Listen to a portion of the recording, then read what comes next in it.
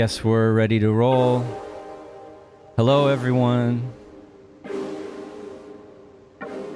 Playing some chords at you. Hi, David Schwartz. Nice to have you here. Welcome to Taco Tuesday. I'm sorry, Techno Tuesday. I'm going to keep doing that. I'm just going to keep saying taco. Or maybe Tortilla Tuesday would be good. I have guacamole here.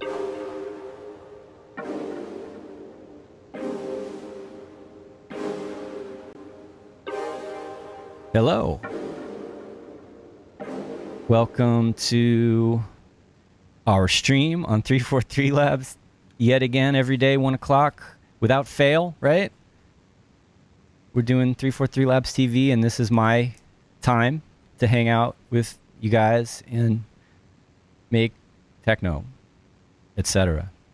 I'm John Selway, and I keep saying techno over and over again. It's Techno Tuesday. Techno Tuesday. We're making techno. What that means to you might be different than what that means to me. I like all different kinds of stuff. Hi, Max. Hi, Bug Tank. Serotonin Records. I have something to do with that. Actually, I've been thinking about that. I don't have it set up for that today, but one of these Techno Tuesdays, one of these Taco Tuesdays is going to be actually like an electro day. Maybe next time. I think that would be fun. Hey, Frank. Hey, Scott. Nice that you're here with us. Remember, as always, you guys can ask questions about, well, not anything, but anything related to techno or tacos even. I'm not a taco expert, but I'll try. And as usual, we also have a giveaway. We're still working with Arturia, and let's bring in our friend Thomas from 343 Labs, who is everybody's trusty sidekick nowadays in these streams. Say hi, Thomas. Hey, what's going on, everybody? Excited to be back for another Techno or Taco Tuesday. I know. It's going to get old, this taco thing, I swear. So what are we giving away today? Today we have an awesome giveaway. Big thank you to the folks at Arturia.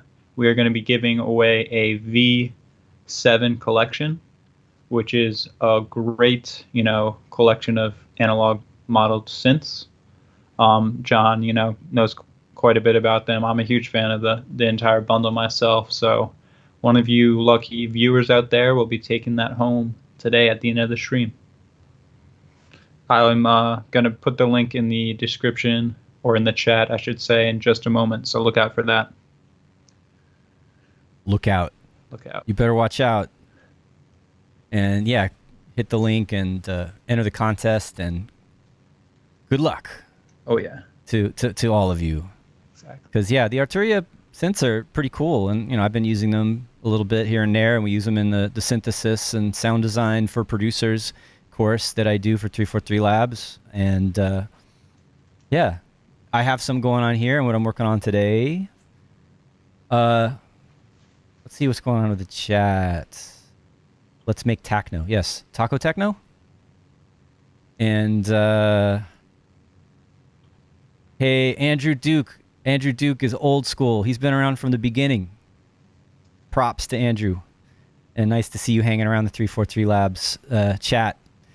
Bug Tank asked, where do you want to see techno go? Good, interesting question. Forward, always. And there's techno like I said earlier, techno means different things to different people. There's so many styles. And, we have to acknowledge, like, the roots of techno, Detroit, the Belleville 3. We have to acknowledge funk and soul and rhythm and blues and the roots of all popular music, and how techno wouldn't be the same without it. It wouldn't exist without it.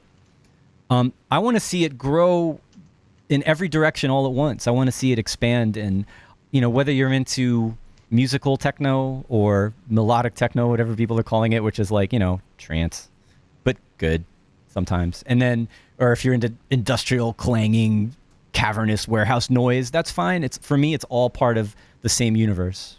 So I like it when they all get mixed together, you know, and whether you're into like sort of the heavy sort of Beatport top 10 techno, like drum code kind of stuff, you know, that's good for what it is. Or if you're into more underground stuff or more experimental stuff, for me, it all exists. It's the universe I live in. So if that universe is expanding and genres are crossing and cross-pollinating and new sounds are coming, or, you know, techno's always influenced other genres and vice versa. So that's what I like. And that's what's still happening more than ever. Dub techno. I like tips for dub techno. I absolutely, that's sort of relevant here because I have kind of a dubby chord stab going on. And we can look at how we might dub that out a little bit today, maybe. Granular synthesis. We touched on that just a little bit last time. I was thinking about starting to work on the arrangement of what I have from the last couple of times here. Let's switch over and actually make some noise and check out what I have going on here. There's my chord stab. It's not actually, I wouldn't call this like dub techno exactly yet, but it's an element that I could use in that context for sure. And there's a little bit of the subtle motion to the modulation of this sound.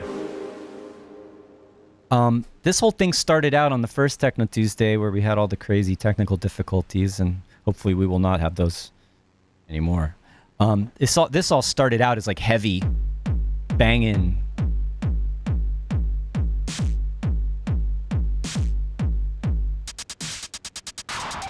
like distorted. But I've been kind of drifting away from that over the last couple of times I've worked on this. I started with the big distorted old school 909s, and now I'm getting into this.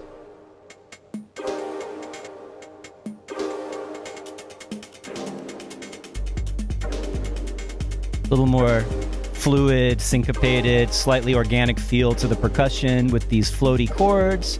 And it's kind of going in a dub atmosphere.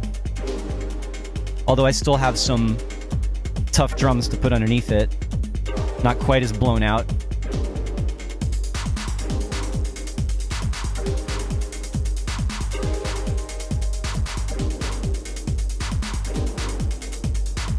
Capel Tapel. That's an interesting username. These are Bayer Dynamic DT880 headphones. And actually use those in conjunction with the SonarWorks Reference 4 software. It does some correction and makes the frequency response more flat, more accurate for mixing.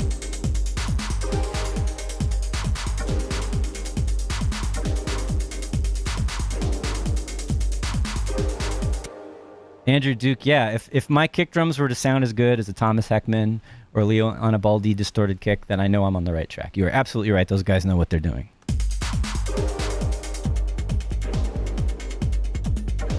All right, so I have that kind of groove with the chord stab, and then one of these elements I had when I was playing around with the synths one time, I got this kind of slightly funk-influenced bass line, kind of rubbery, bouncy thing going on with the Mini V, you know, the Arturia Mini Moog emulation doing its thing.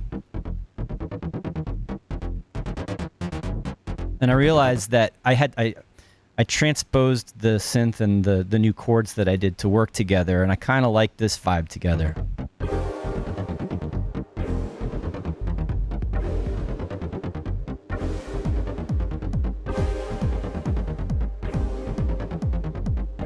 And maybe doing some automation in the arrangement, just playing with the filter. Really simple. That's always just right away. Everybody does that. Plays with the filter. Of course, there's other things we can play around with to shape the sound over time. But I like that. Woo. TWE Industry says woo. I agree. Let's all say woo right now. 1, 2, 3. Woo! All right, so I could just sit here and talk about this loop all day, but I need to get out of the session view now. I've got this interesting... This is about the point where I start thinking about how things are going to change over time. And I can think of it in a live context. If I, were to set up controllers to modulate parameters of the synths, then I can just hit record in the session view and capture all that. I'm not in my full studio setup. This is my living room, stuck at home during COVID setup for streaming, and I don't have everything hooked up. So I'm, just laptop, trackpad, fingers. But I can still do some real-time recording of automation to, especially with this kind of stuff, to start fleshing out the idea for an arrangement. Literally just like a kick drum and a synth can be enough to get started. So, with that in mind, if I were to just, let's turn off the extra percussion, and then I have the kick and the sort of funky bass line. Get rid of that percussion and go in and sort of give myself a starting point for this. So I have the cutoff frequency that I can play with, the amount of contour, the amount that the envelope is modulating the cutoff frequency. That's making it less percussive, smoother sounding. I can even play with the shape of the amp envelope, the loudness contour, and just playing with all those. I mean, ideally MIDI controller for this. Ableton Live MIDI mapping to different parameters. But for now, I'm just gonna wing it.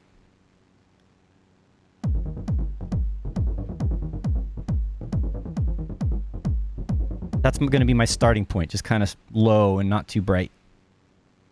And basically, I'm going to hit record. I'm going to record into the arrangement, and I'm going to perform live, sort of, with the parameters of the synth, just to give myself an idea of a shape, of building up tension and creating release by having the sound change. And that's it. Carlos Palacios asks, usually how many ideas do you record before you go to the arrangement view? I think it's not a definite number of elements. It's when it starts to sound fleshed out and full. Like if it starts getting to the point of busy, like I have a lot of parts now, then definitely I need to start thinking about how to spread them out over time in the arrangement. And sometimes that might be 3 or 4 tracks, and sometimes it might be 10 or 15. I wouldn't go, there's no rule exactly. I'm just following how I feel and how it sounds.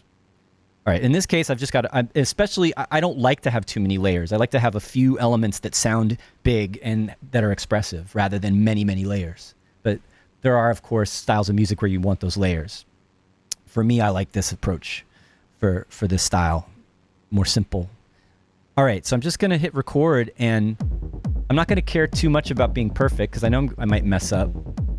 And part of this is just being free and letting yourself explore with tweaking the synth in real time and how it sounds and how it feels. So just tweaking the amount of contour right now and just waves up and down. Maybe every now and then it goes a little brighter. And I'm thinking kind of, every 8 bars, every 16 bars, every 32 bars, phrase-wise.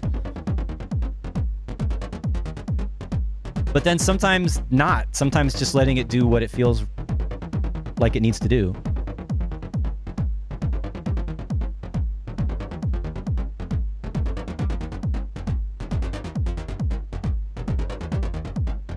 And it doesn't always have to go up and up and up. There's nothing wrong with just going right back down, and that might be a place in the arrangement where something else happens.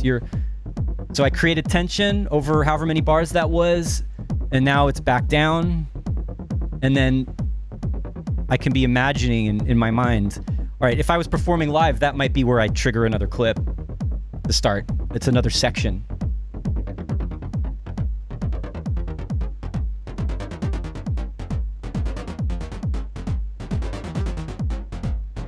If I really wanted it to get heavy, I can open up the decay a little bit. It's sounding louder.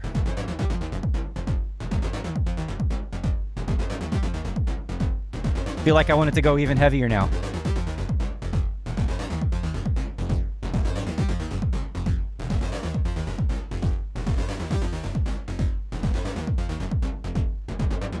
all the way back down. And again, that could be a place where the kick drum drops out. That could be a place where a new element comes in, or something that was in comes out. I'm creating a frame. And, I might go on and do this for, let's see how much I've recorded. That's only 2 minutes. I'm going to have to go and do this all again. I'll usually do this. I won't maybe do the whole 6 minutes today, but I usually do for a track like this up around 6-7 minutes of just noodling. All right. We talked about noodling last time. All right. Does anyone want to remember? Someone asked what is noodling last time. What's noodling, guys? Aimlessly playing with no direction, I would say. That's what I would say. Hi-hats. Yes, Carlos, there will be hi-hats. But right now, I'm withholding from actually putting in everything all at once. It was all about capturing this, just the automation of this one. Let's call that 81 bars is a good amount. What do I got? Yeah, that's pretty good. It was just capturing the beginnings of an arrangement for this style of music. This doesn't work for every type of arrangement, but for this kind of hypnotic groove that you want for techno, where it's repeating, the melody's repeating, the melody's not changing much, or it's changing to a point and then repeating and repeating and repeating, and what's giving it shape in the arrangement is the expression of the sound, the articulation, the tone of the sound changing. That's what's giving the energy and taking the energy away. And that's going to be the outline for the arrangement. So I can go back in here and like, what if I want to start without the kick drum? All right, move the kick drum over a little bit, and now I have the... All right, so I could do it like that. Maybe I throw in some other percussion, or maybe we start with just the kick drum. So this is a little bit of like just a tiny bit of subtractive arranging now, like taking away from what I did to create a variation. But I like the idea of it just starting straight.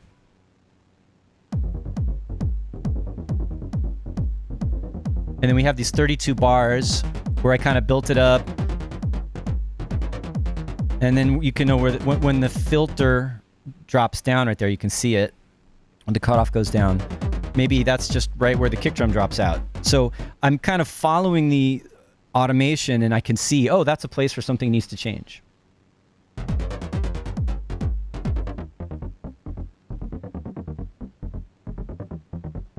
And I'm not going to do a big, long, crazy build-up or break or something. I'm just going to bring the kick drum right back there after 4 bars.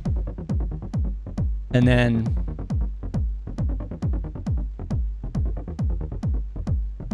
Carlos Palacios said hi-hats, so I'll just drop those in.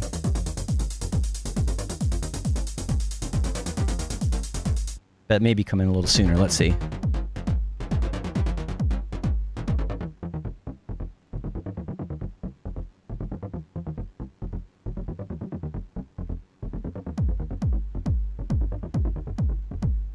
Bug Tank, he says do the 6 minutes. We might get there. Let's see.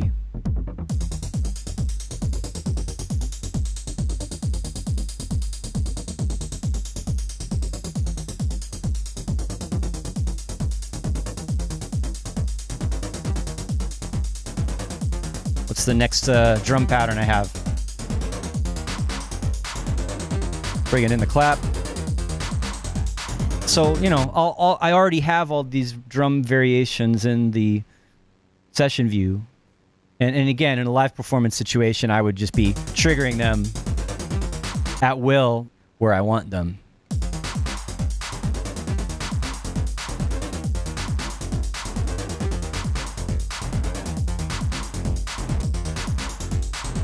All right.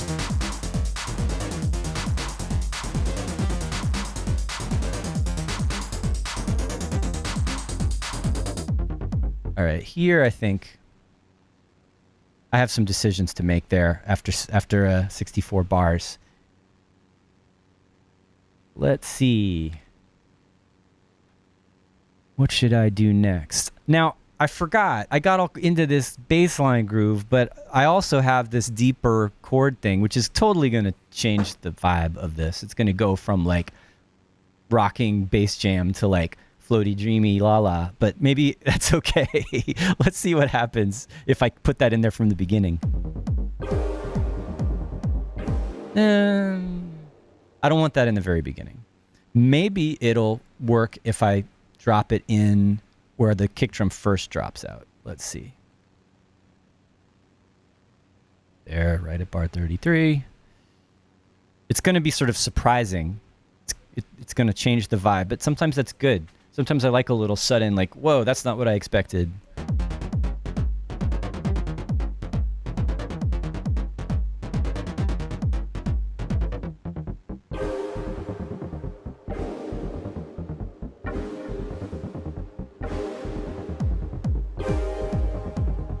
Maybe, we'll see.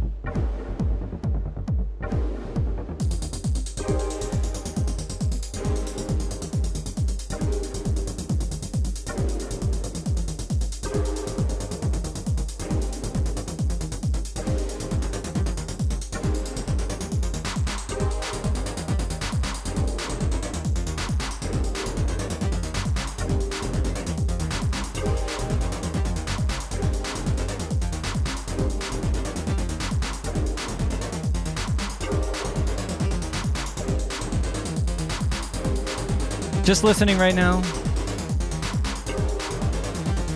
Let's see how this works.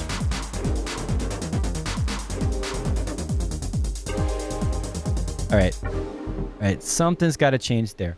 I think I want the hi-hats and the clap to stay in, but the kick drum to go away. Let's try that. It's a pretty obvious move to me, but sometimes those things are obvious because they always work and you just do them. Yeah, it's better. It doesn't drop the energy too much.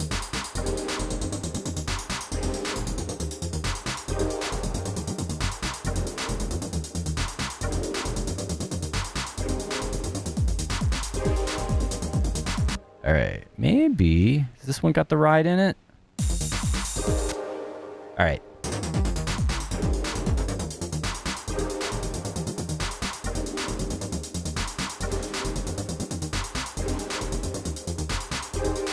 And this is also where I stopped recording my automation.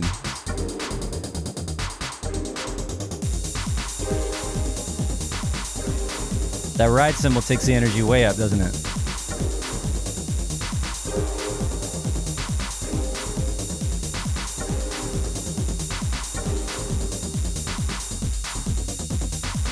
Need more chords. All right, so I'm going to cheat a little bit here. I could go in and overdub some automation, but right now I'm going to let's add lane for each automated envelope. I can just copy what I did and, you know, take like automation from the beginning and drop it in where there isn't any. That's not cheating, that's smart.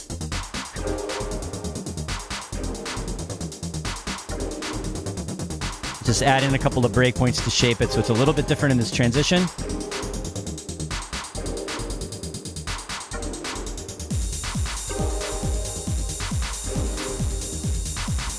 So yeah, I mean, this is a cool Ableton Live thing you can do where you have all the automation that you recorded on separate lanes and you can cut and paste and put it wherever you want.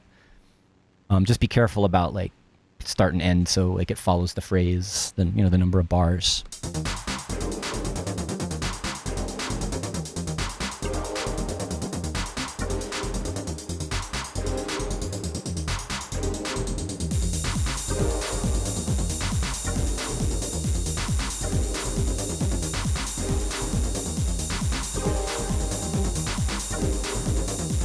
Where's that ride?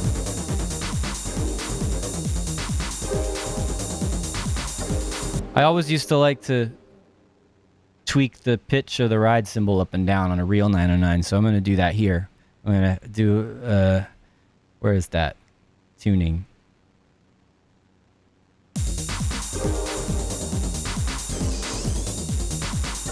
Show automation.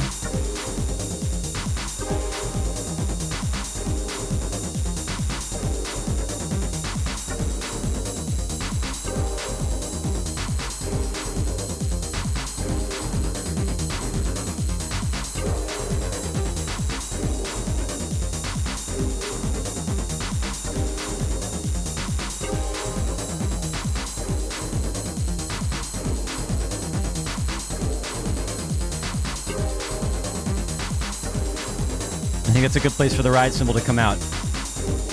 All right, so I've gotten into, this isn't subtractive arranging anymore. But anyway, the first step was, just to recap before we take a little chat break, to just capture a basic framework using like one element, which was the bass, whatever you want to tweak. It could be any synth you want to tweak. If I had taken this in more of the dub techno direction, I probably would have started with the chord and tweaked the chord and let that be the build up and breakdown element that I was thinking of, you know, tension and release. Not necessarily literal build and break, but tension and release, however you want to describe it. Instead of leading with the bass. I led with the bass and it took me away from the dubby chord thing a little bit. Although then we brought it back. But so anyway, we started with that, right? And then I thought subtractively to make changes in the arrangement. You saw how I took the kick drum away at a point where it felt right according to what I did with the automation of the bass. And then, you know, you might do more or less of that depending on how much you put in and how much was pre-prepared in the clips in the session view. And then now we're at an additive stage where I'm thinking of new things I want to do and variations of parts that I don't have, and I'm adding an automation to parts to create variation. So anyway, we're just about at the halfway mark. I might as well pause and acknowledge all you fine people that have joined us here today. Thank you again. Let's see. Anyone who's joined in, I don't know who's joined in since the beginning, but welcome. If you missed the very beginning, glad you're here now. Come back and watch the video later. And let's see. Questions. TW Industries, were the hi-hats on a velocity LFO? No, so you're hearing something in the hi-hat sweeping up and down. That's a flanger. I think someone asked about that last time. So that's the rising and falling effect. So there it is without, and there it is with.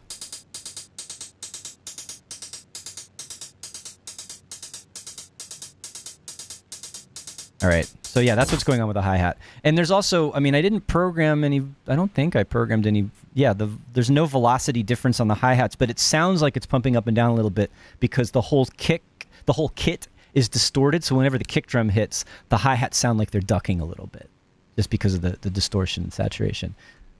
Everybody say hi to my daughter. She's poking me and distracting me while I'm trying to do this live stream. There's people out there in the world, on the World Wide Web, and they can see you. All right. Anyway, she brought me a piece of cake. I'm not going to eat it now because I won't be. It's sponge cake. I won't be. It's not Taco Tuesday anymore. It's Sponge Cake Tuesday. All right. Sorry. Let's get back to the questions. Where do I donate for the Selway T-shirt fund? I would love to have some T-shirts made. Let's talk. Abe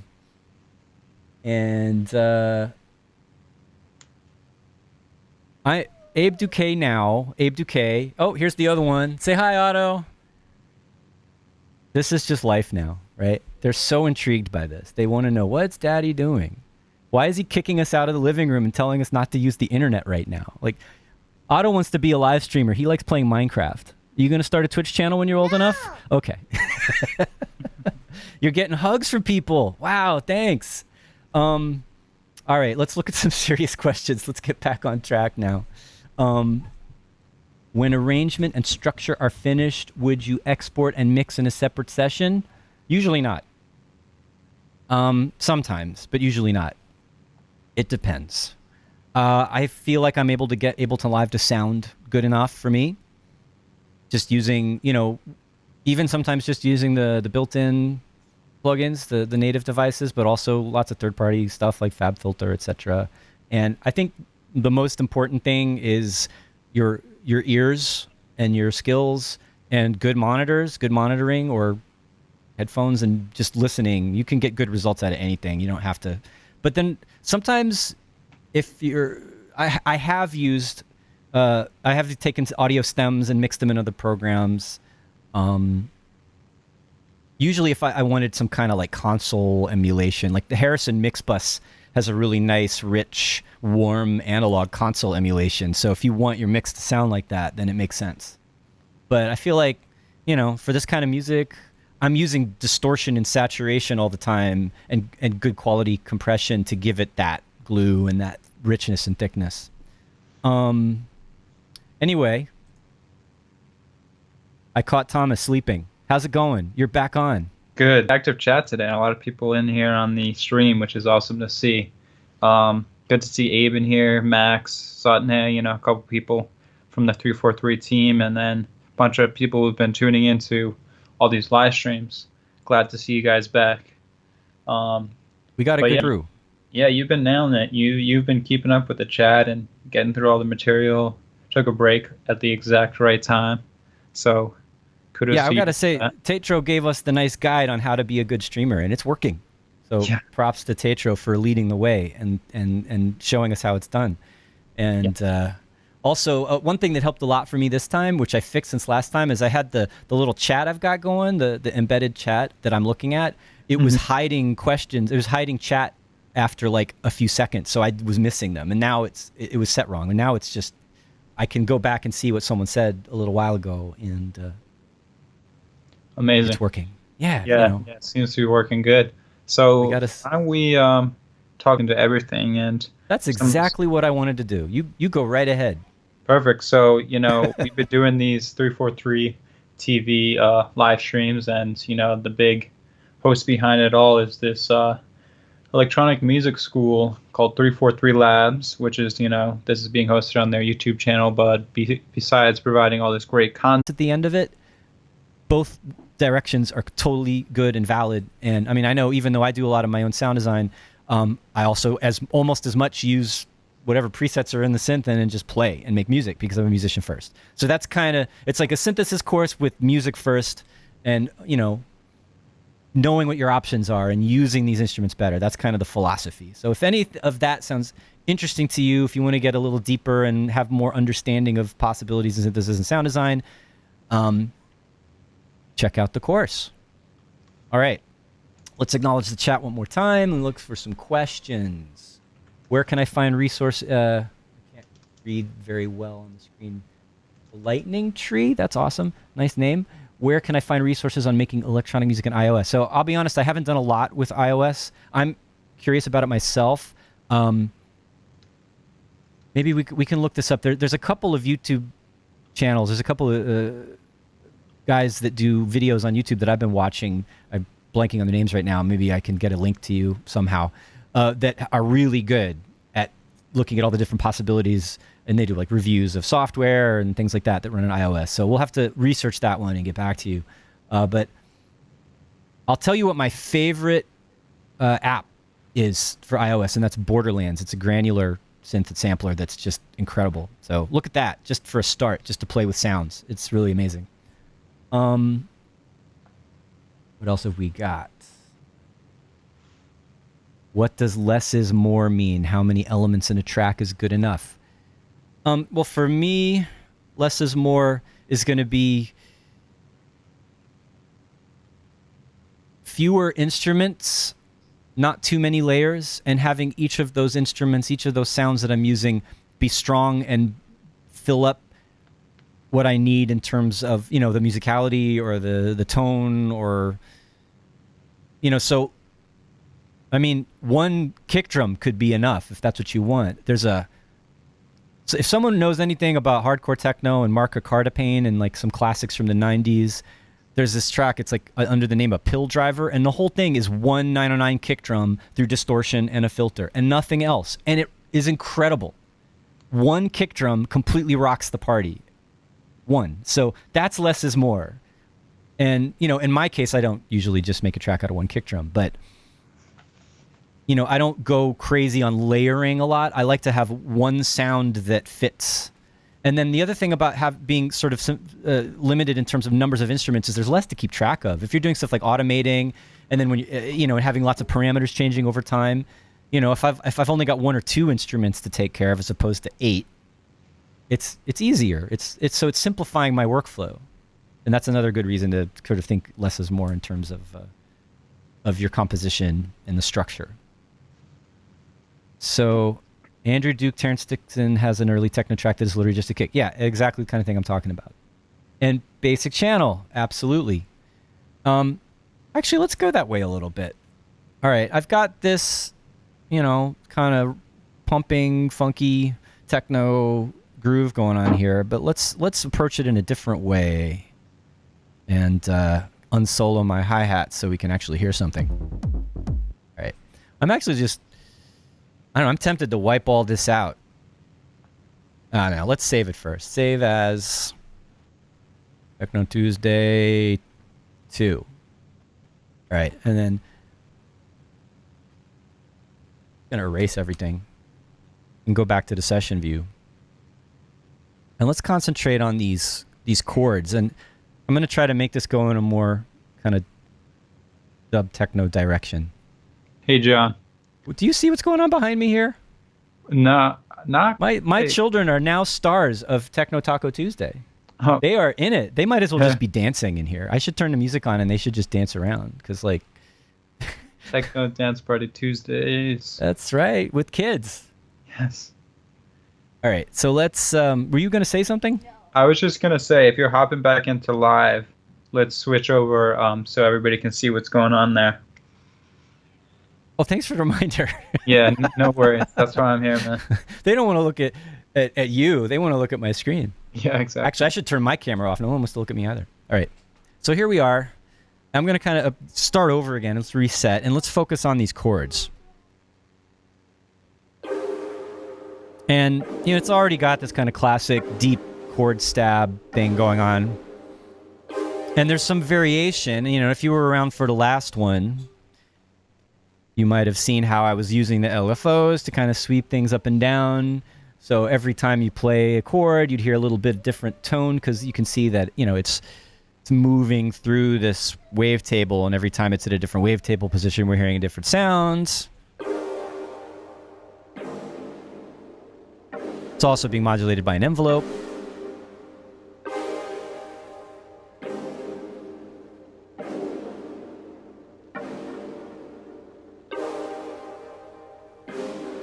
All right. Let's go and give this sound a little bit more. I'm going to make it darker. I need a wider range to play with here. I don't want to. It's already pretty bright and shiny sounding. Let's keep it darker. Just like I did with the synth, with the bass. All right, so we have envelope 2. It's going to take me a second here to remember what envelope's doing what.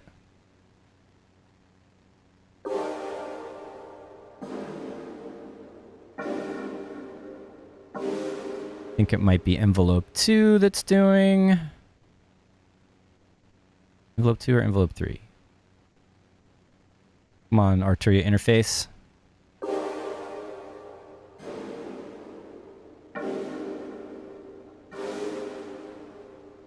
Yeah.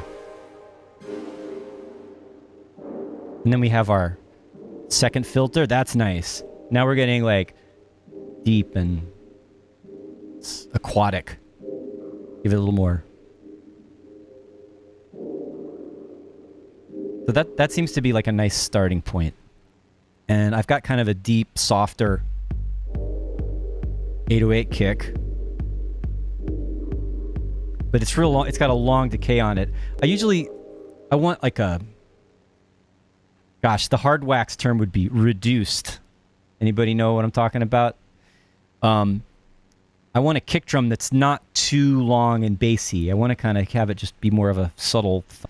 So I can I'm not going to bother going through my kicks right now. Let's just shape this one to be like, I like the tone of it. Let's just make the articulation, make the shape different.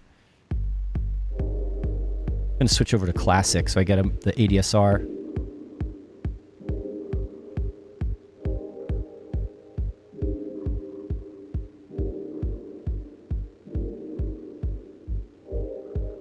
I also want to slow it down a little bit. I feel like it's a little... I want to be groovier, so I'm going to bring it down into the 120s.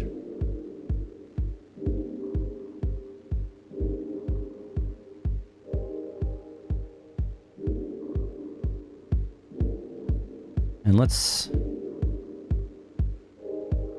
Oops, that's not exactly what I wanted to do. I also tuned it down a little bit, so it's subbier.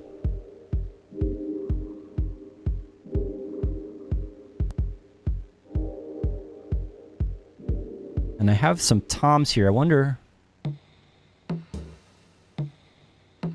right. I'm going to try to turn this into something.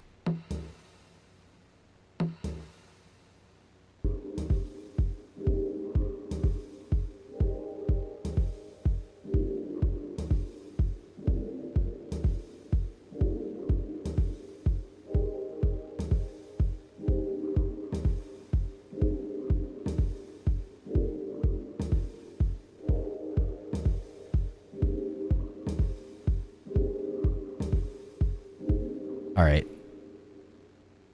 Now, just this, just as a starting point could be enough, and then I go back and play with the chord stabs and automate those and have them change over time.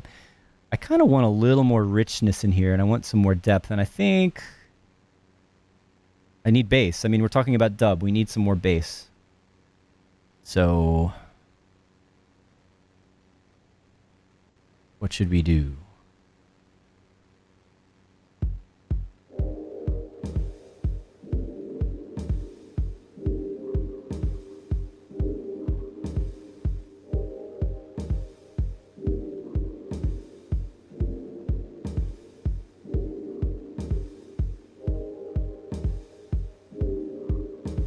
A lot of times I go for an FM synth to do sub bass lines, like Operator or something like that.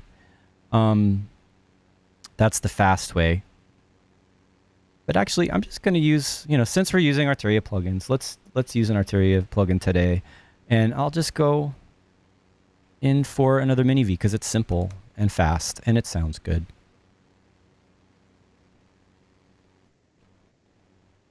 You can see we've kind of calmed down a little bit now, which is good. The vibe, going deep like this, I feel different. My kids are also gone, so they're not like attacking me with cuteness.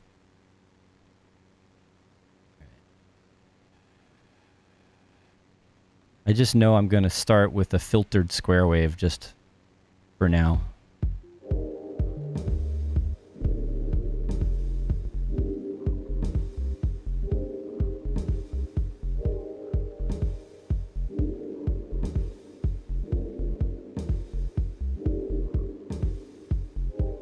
All right, so we're kind of, it's dubby, but we're also kind of on this sort of housey vibe with the rhythm like that.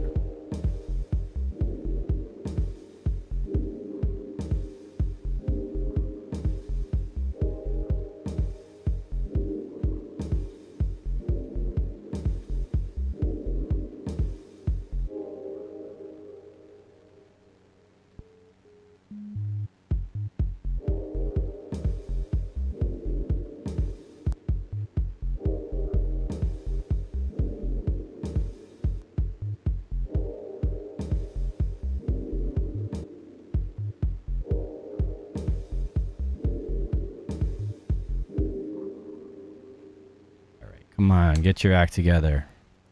2-bar loop. Let's play with the sound a little bit.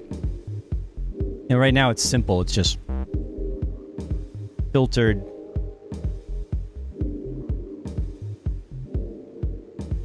Square wave.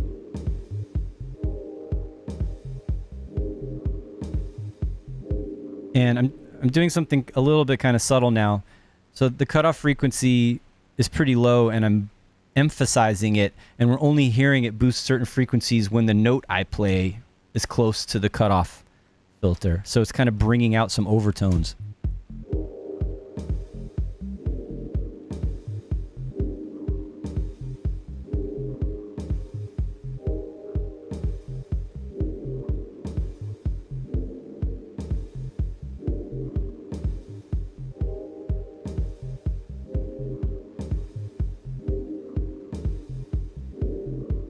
Let's play with the chords.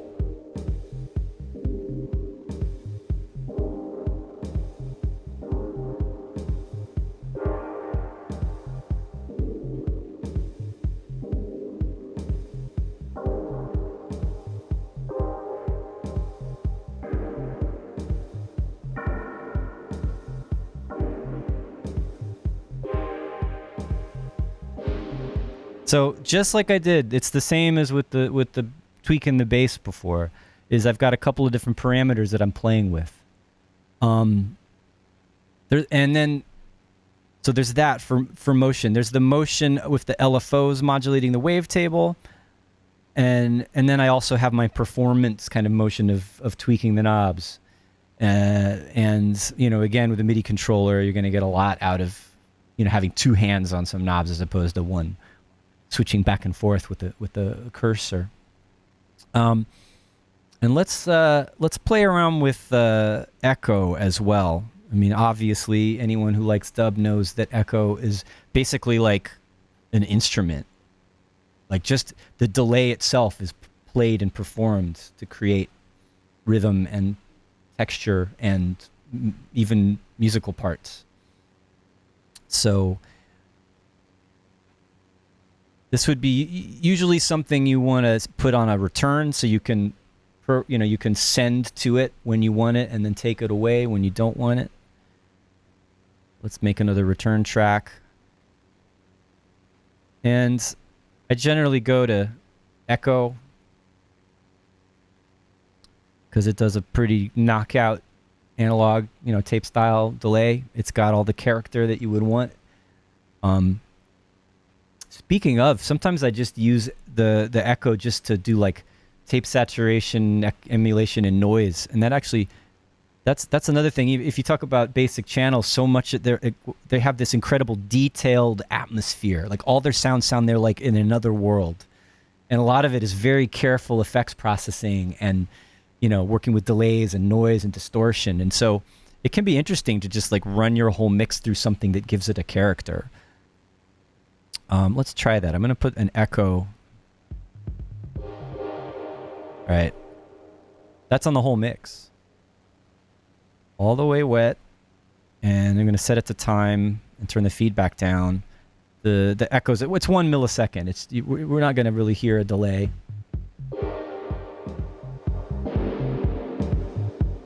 I can saturate the input. I can filter the whole mix, kind of bandpass the whole mix, makes it sound, there's that hard wax term again, reduced. That's for those who know. Do stereo width. And I can add a little noise. So this is kind of doing tape emulation now. There's noise, there's wobble.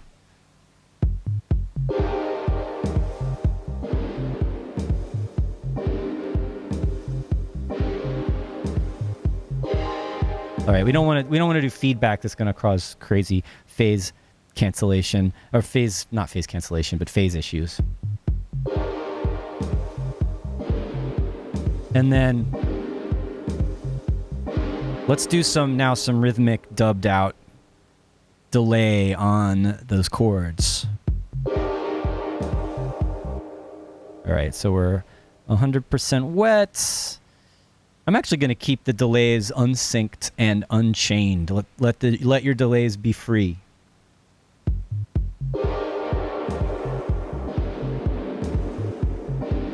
And just to keep things clear and simple, let's go. I'm going to temporarily, for now, turn off the effects that are in Pigment, so we really only hear what's going on with the delay that I've got this sent to.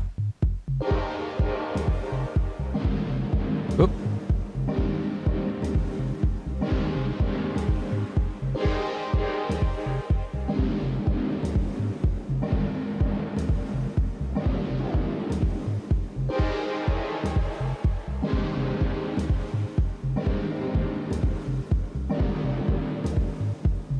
Right, so I'm deliberately not syncing my delay. I want it to be floaty and offbeat and kind of in between and not quite in time.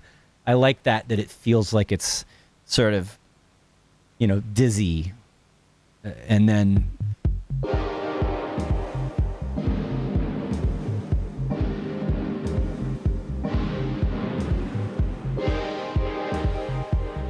let's play with the filter a little bit.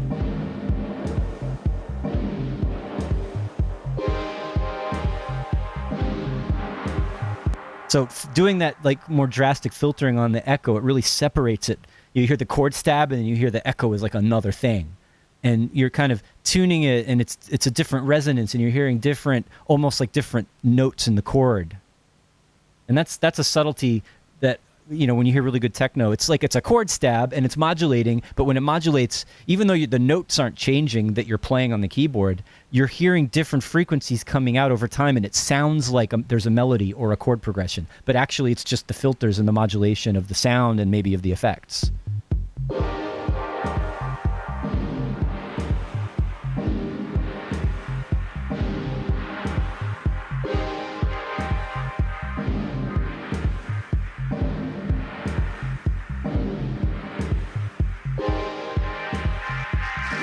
And we can play with the feedback a little bit every now and then. Just make it too much and it kind of jumps out and gets shiny.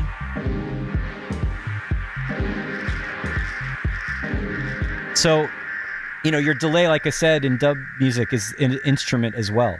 It's not just an effect you put on and leave. You tweak it. Play with the delay times. Play with the feedback. Play with if there's a filter, play with it. Have the delay evolve. You might even use shorter delays.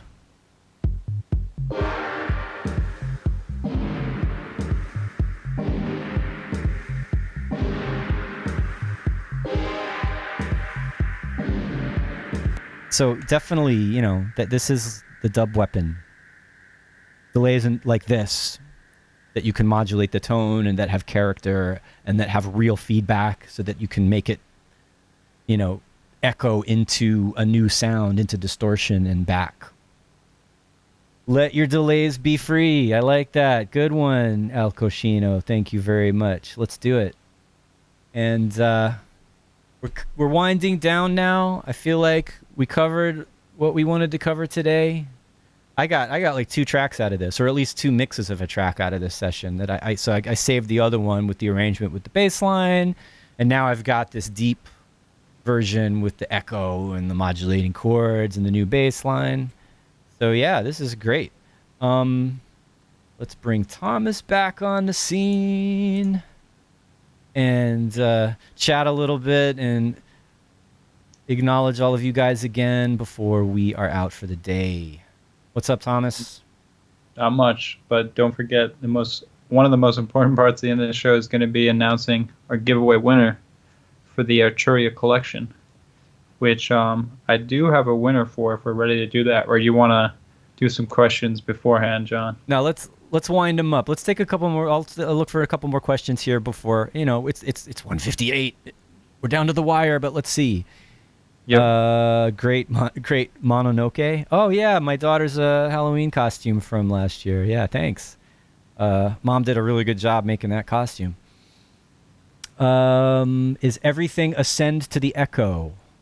Says Paul Gomez. Asks Paul. Is everything? I just did the chords. Only the chords are going to the echo. I think if that's what you mean. And then what David asked about what reverb do you like to use? I like Valhalla reverbs. The only one I have installed on this machine right now is that new free one that they just released lately, the Supermassive. It's got a lot of character. It's basically a delay that turns into a reverb. It's like a delay with diffusion, and you can diffuse the delays so much that it becomes a reverb. So this is a great one. But any of the Valhallas are good. I also very much like the Fab Filter reverb. It's really nice. And then as native or, the live reverb is good. It's solid. You can make it sound good if you tweak it. The convolution reverb, I'm just a fan of convolution reverb in general. I use convolution a lot. I'll run like kick drums and everything through convolution just to give it a different sense of space. So, but yeah, any convolution reverb is interesting, but the one that comes with Ableton Live as part of Max for Live is awesome. I use that all the time. And yeah, I think that's about it. I like that people are into the Selway t-shirt idea. I'm going to have to investigate that. And I'm not going to forget about that iOS music question, because I'm also curious about that. So maybe like for next stream, we'll keep that in mind. Or yeah, I'll do my research and see where we should look for more info on that. And I don't know, maybe even get into doing some of that in a stream if it's feasible someday. Paul also asked, do I use Serum? Yes, I do. In what situations am I inspired to use it? Honestly, I've been using it more for teaching because so many students want to know about it. But anytime I want to do very precise wavetable synthesis and have a really sharp modern edge to my sound, I would look to Serum because that's what it has. And wow, Restream just gave us a pat on the back. We have received 100 messages today with Restream chat. It's some kind of a record. And let us now get back to Thomas and announce the winner of our giveaway before we are totally out of time. All right, everybody. So today's winner for the Arturia V Collection 7 is going to be Michael Williams. Congratulations, Michael Williams. That is excellent. Yes, so congratulations to Michael. We'll be reaching out via email with the details shortly. And thanks again to everybody for tuning in. Super active chat today. Love to see that. Yeah, this was a good one. This just flowed nicely. I hopefully you guys didn't have any hiccups, any lag with the video so much. I upgraded my internet speed just for you, so we could have a nicer experience. And since we're doing so much more of this, and of course my kids are happy about it too because they're online gaming now, so they love the reduced lag. It's a big deal.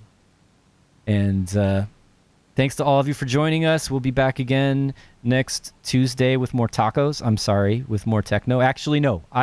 Next one, electro. Jason Shostak, you're on here, I think. We're going to do it. You're going to help me out, right? Maybe. We'll see. We got the Serotonin Records thing. We have the Synapse project. It's kind of like weird nerd funk electro stuff, and it might be fun to get into that. So for sure. Adios. And thanks, everybody. We'll see you next time.